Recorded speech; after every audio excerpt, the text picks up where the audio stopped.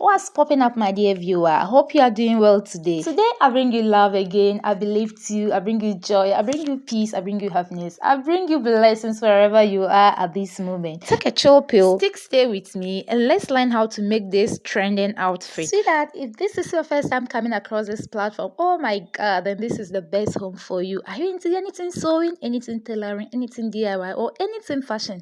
Then this is the best home for you. This is the best place for you to rest. In this channel, we teach, we learn, we eat, we drink, we breathe, we talk, we practice, and even preach fashion. All you need to do is to subscribe to this channel, and you are definitely welcome to the home of fashion. Okay, once you are done subscribing, then now let's set the ball rolling. This line is my shoulder line. I'll go ahead and measure my shoulder divided by 2.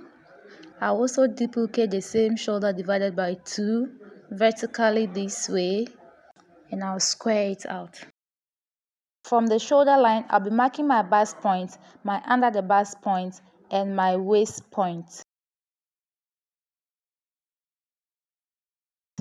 I'll go ahead and square all these points out this way.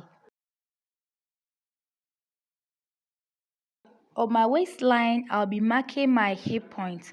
For me, my hip point was 9 inches. I'll go ahead and mark 9 inches. Averagely, hip point ranges from 7.5 inches to 9.5 inches. I also mark 2 inches for my hip point to get my lower hip point.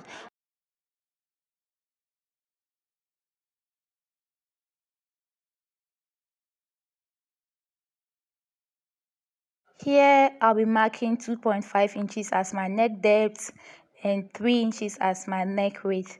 I'll go ahead and connect it this way. When I'm done with that, I will come and measure my shoulder divided by 2, step down by 1 inch, connect it this way to get my shoulder slope. I will duplicate the same shoulder divided by 2 on my chest line this way. I'll draw a straight line through it. I'll find the midpoint of that armhole line, coming by 0.7 inches.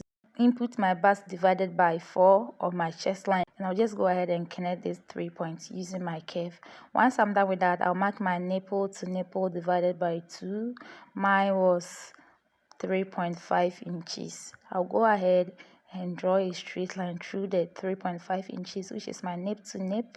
So now let's label it. This is my chest line, my bust line, my under the bust line, and my waistline. We also have my hip line and my lower hip line. At the under the bust line, I'll mark 1 inch towards the center front and 1.5 inches towards the side front. I'll come to the hip line, mark 1 inch on this side, 1 inch on this other side. Come to the under the bust line, mark 1.5 inches towards the side front and 1 inches towards the center front. Just as I did for the under the bust, I'll go ahead and connect them this way.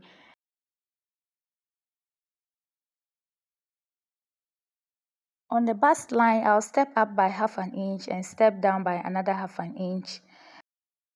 Connect it this way. This is the reason that I want to get rid of any pointed effect at the bust point, and also to create more room to be able to accommodate my bust. On the armhole line, I'll find the midpoint.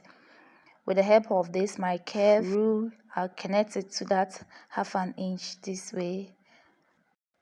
I'll go ahead and mark 0.75 on this side and 0.75 on the other side.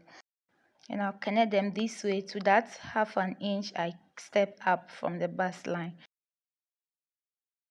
At the chest line, I'll input my bust divided by 4 plus 2 inches for allowance. At the bust line, I'll be marking that same bust circumference divided by 4 plus that same 2 inches for sewing allowance. At my under the bust line, I'll mark my under the bust circumference divided by 4. I'll make sure I add the that allowance plus 2 inches for sewing allowance. At my waistline too, I'll divide my waist circumference by 4, add up that allowance, and 2 inches for my sewing allowance. At my hip, the same thing, hip divided by 4 plus that allowance and 2 inches for sewing allowance. Take note, this dot at the chest line here, I'll be adding it. Then I'll go ahead and connect it. On the waistline, just try to blend it. On the bust line, I will step up by 2 inches, and on this side, I will just come out by 1/2 inch, and I'll connect it this way. This is going to be another dot.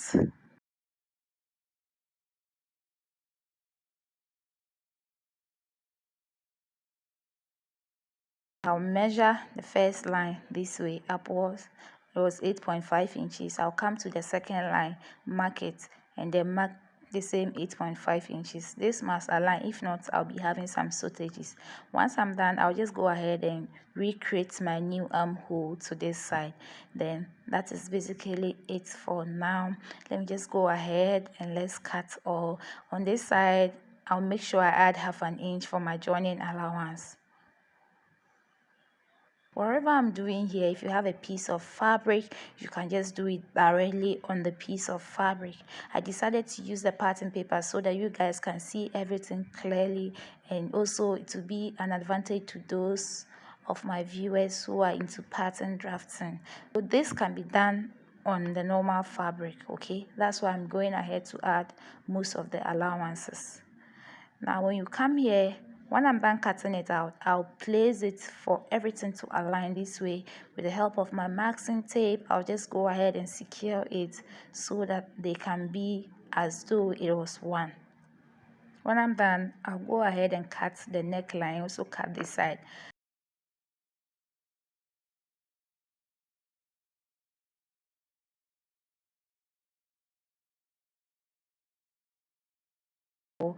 At this side, I'll go ahead and overlap the darts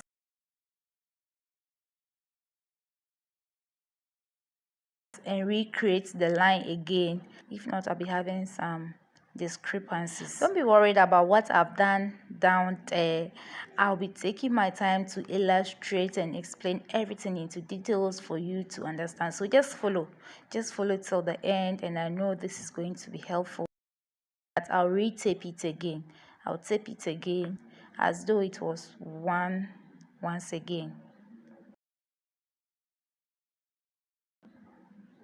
Then I'll bring another piece of pattern paper which is going to serve for the back.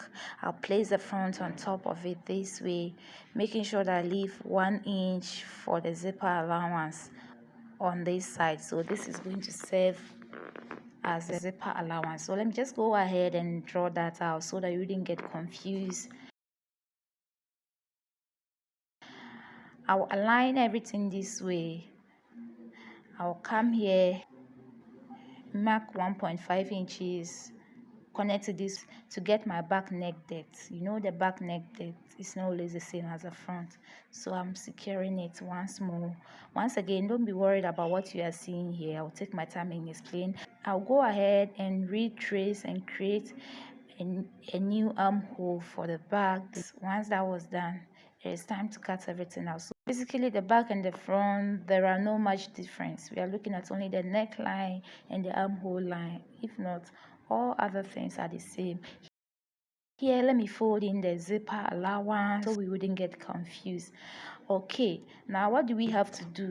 At this part where we are going to recreate this dress, there are a lot of options depending on what you are looking for. Okay, let's do critical analysis here and deduce the best formula for the dress. Looking at the dress, at the center front area we have 2 semicircles, and at the side front we have half semicircles. Depending on the number of semicircles you're looking for, that will determine how you should cut it. Okay, at this point you can be creative depending on what you actually want. You can decide to alter the style. You can even make it triangles or inverted triangles. Just play your mind around it, come out with something pretty nice and pretty gorgeous. My dear viewer, I have a very precious gift for you. Do you have issues when it comes to cutting or sewing palazzo pants or female pants or any other pants? Do you have challenges with the concept of making pants or trousers? Oh my god, then this is the solution I have for you today. I have a video on my channel, very detailed video of course.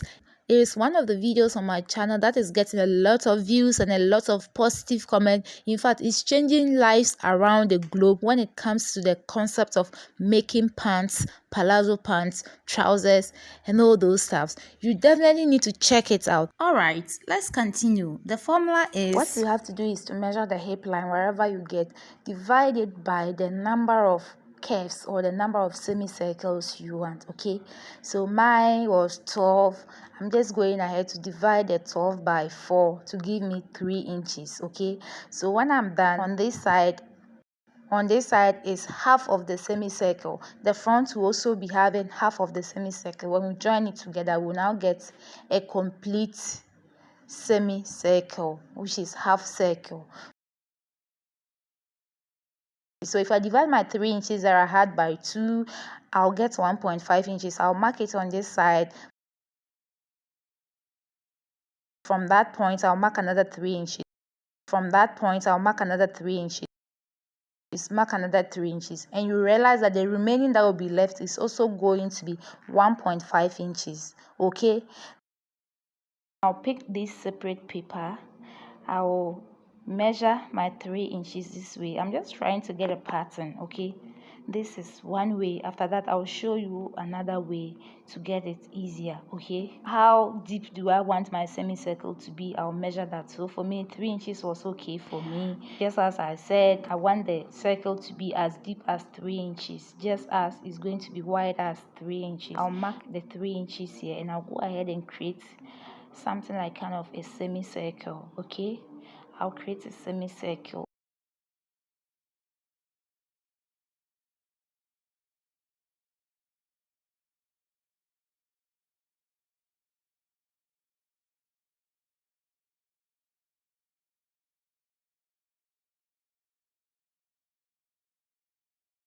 So if you look at it, I've created a pattern which suits what I was looking for. I'll go ahead and cut it. So depending on your hip circumference, that will also determine the number of circles you can have. Okay, that's why I say you can just alternate it and get what you want. If you want it as wide as what you are seeing on your screen or what's exactly in the picture, you should be having around 5 to 6 inches width, and then the depth of the semicircle should also be around 4 to 5 inches. Okay, the width of the semicircle should be as wide as 5 to 6 inches, and the depth should also be as deep as 4 to 5 inches to look like what you're seeing in the picture. So I'm going ahead to place it this way and just create it that way. I'm not leaving spaces between the semicircle. This is because it's on a pattern paper. So when I'm cutting it on my fabric, I'll make sure on that part, on those semicircles, I will add about half an inch, which is going to serve as a sewing allowance. Okay, can you see that? So that's why I'm not leaving spaces between them. When I'm cutting it on my fabric, I'll consider that.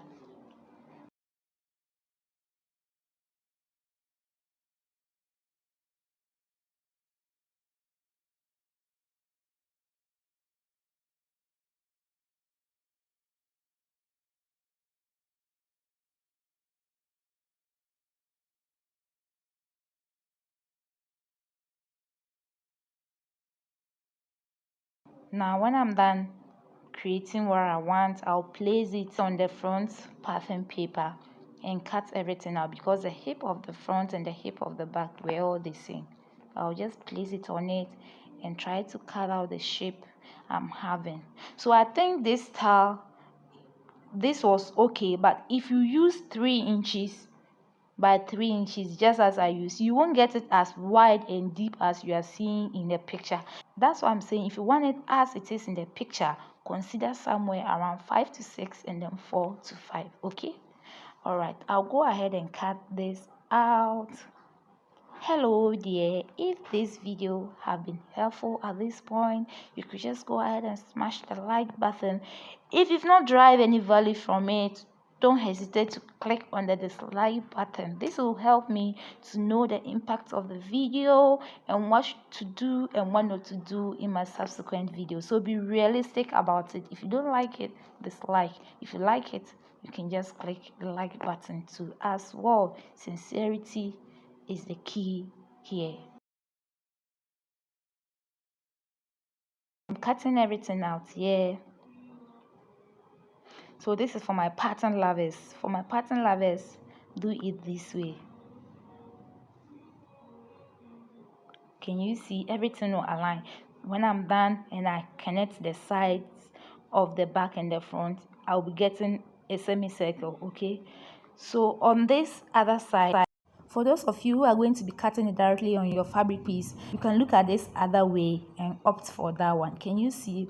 So here for my hip line, I step up by another 2 inches and I square out another line.